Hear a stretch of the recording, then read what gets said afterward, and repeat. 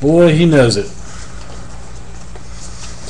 Welcome to another nightly review of the Oilage. July 7th, 2011. I am Megadoom. First up off the wire, another nuclear reactor on the North Carolina college campus is leaking. Drip, drip, drip. Not too bad. It's only about, I think they said 10 gallons an hour, something like that. So imagine a jug like this of radioactive shit. 10 of these coming out every hour. Not to worry, it's no more than an X-ray, they say. That's not the point. The point is, we have another nuclear reactor not doing what it's supposed to do. Well, maybe it is doing what it's supposed to do. Shitting on everybody. Power plant in Fort Calhoun is still flooding. A couple more feet and sure disaster. More rains coming to the Missouri watershed.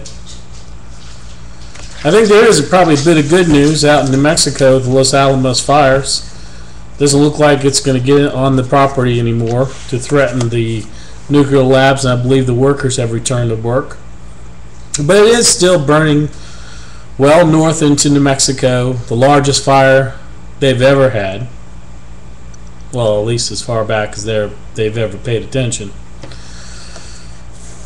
Just think of all that carbon that's being sent up into our atmosphere from all those fires. I mean, you can see this from space, from satellite views and Googling Earth. It's horrendous. It's horrendous. I'm sure it won't be the last fire of this season.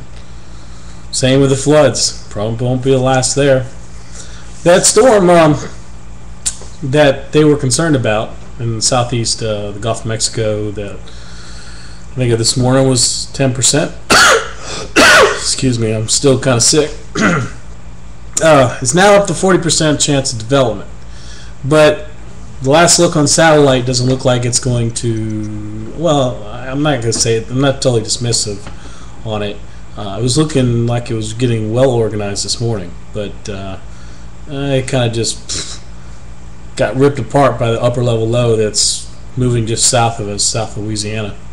So maybe it's not going to cause too much trouble. But they got it up to 40% now, and those are the experts. I'm just a weather amateur.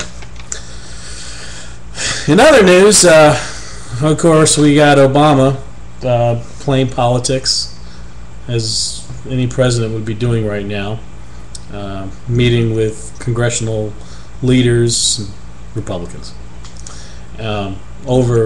arguing over the debt, which they're going to have to do something. Of course, I think everybody is in agreement, even Wall Street, that they're going to raise the debt ceiling because there just is no way to cut enough out of the budget to not raise the debt ceiling. The only argument is they're going to be able to play footsie and machinations with the Social Security funds and Medicare liabilities, making cuts there and raising taxes on the top earners in this country, which the leader of Congress, Boehmer, is publicly saying he's totally against, and as of this evening it's a no-go, though of course both sides are saying it's promising. Doesn't really matter. It's not promising. It's not promising to be in this situation. Well, maybe it is promising. I certainly don't care to see the capitalistic economy of the world continue much longer. Not with what the consequences are.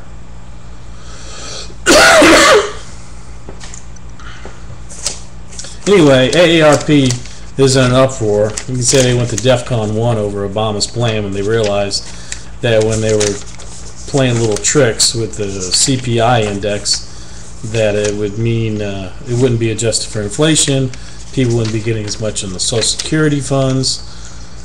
Well, I got news for you. If you're my age, you're not going to see Social Security if we're even around by then. But we'll still be paying into it, won't we?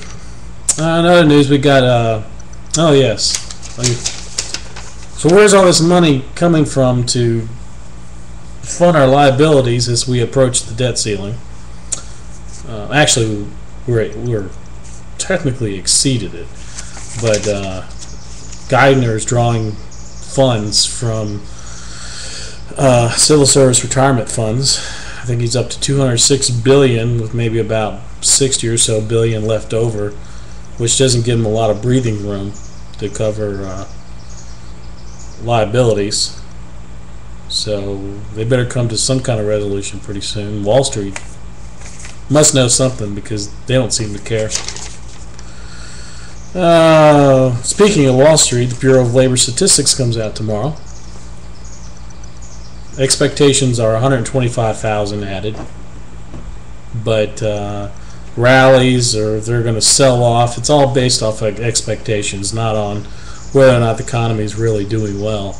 I mean, we've had 13 weeks of straight crappy unemployment claims, continuing claims of plus 400,000, showing absolutely no growth in job hiring.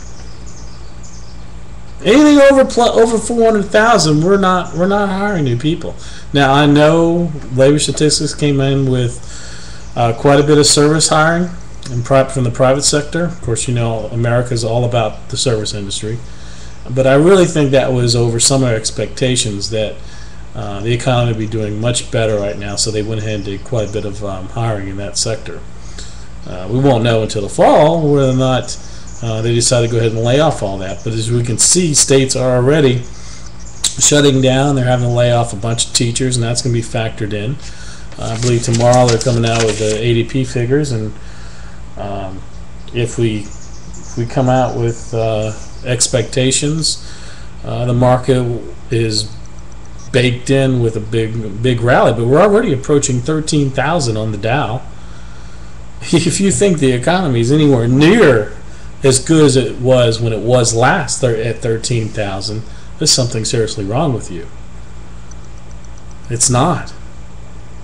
And it hasn't gotten as bad as people who were worried about, like us, who were worried about the economy back in 2008.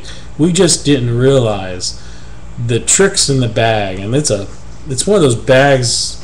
If you ever play Dungeons and Dragons, they have a bag of infinite things where it's like a bag with the sixth dimension. You put your hand in it, and you can pull out 100,000 items.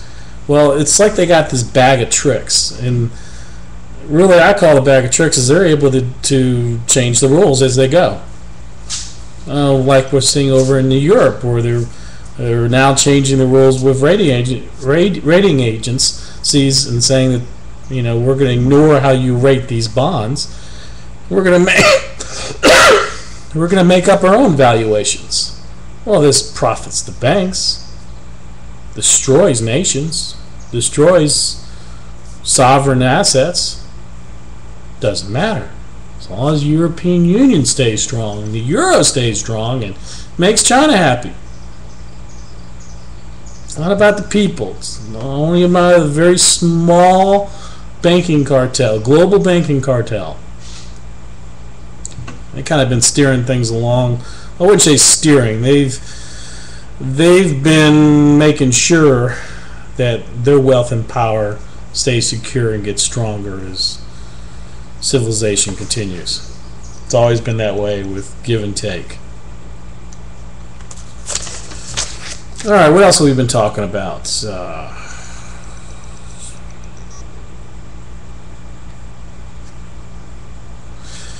Pretty much on Wall Street, you're seeing a double. Their buying is double what it would normally be on any sign of good news. Any sign of bad news, and there's barely a negative move in the market, maybe 50, 60 points. So it's still very bullish. Oil is surging close to $100 a barrel, and I'm sure it's going to exceed that, no problem. So all of that pressure of that commodity is going to put even greater pressure on the earnings, which will be coming up in this next quarter I think we'll certainly see some sell-off in profits when that happens. Of course, this all hinges around what happens August 2nd, whether or not we come to an agreement. I expect they will come to some kind of agreement, since, like I said, they're the ones making the rules. And they're in their interest is not to see the economy totally collapse. I wouldn't be surprised, though, if the Republicans try to work it in some way to make Obama look bad. Maybe. I don't know how much worse you can make him look. In my opinion, he's a murderer. Speaking of which, NATO forces, one of their drone strikes in Afghanistan today, killed, 6 women, 2 children, 8 people, innocent civilians, trying to go after these militants. I think they took them out too, but it's okay. Collateral damage is okay in war.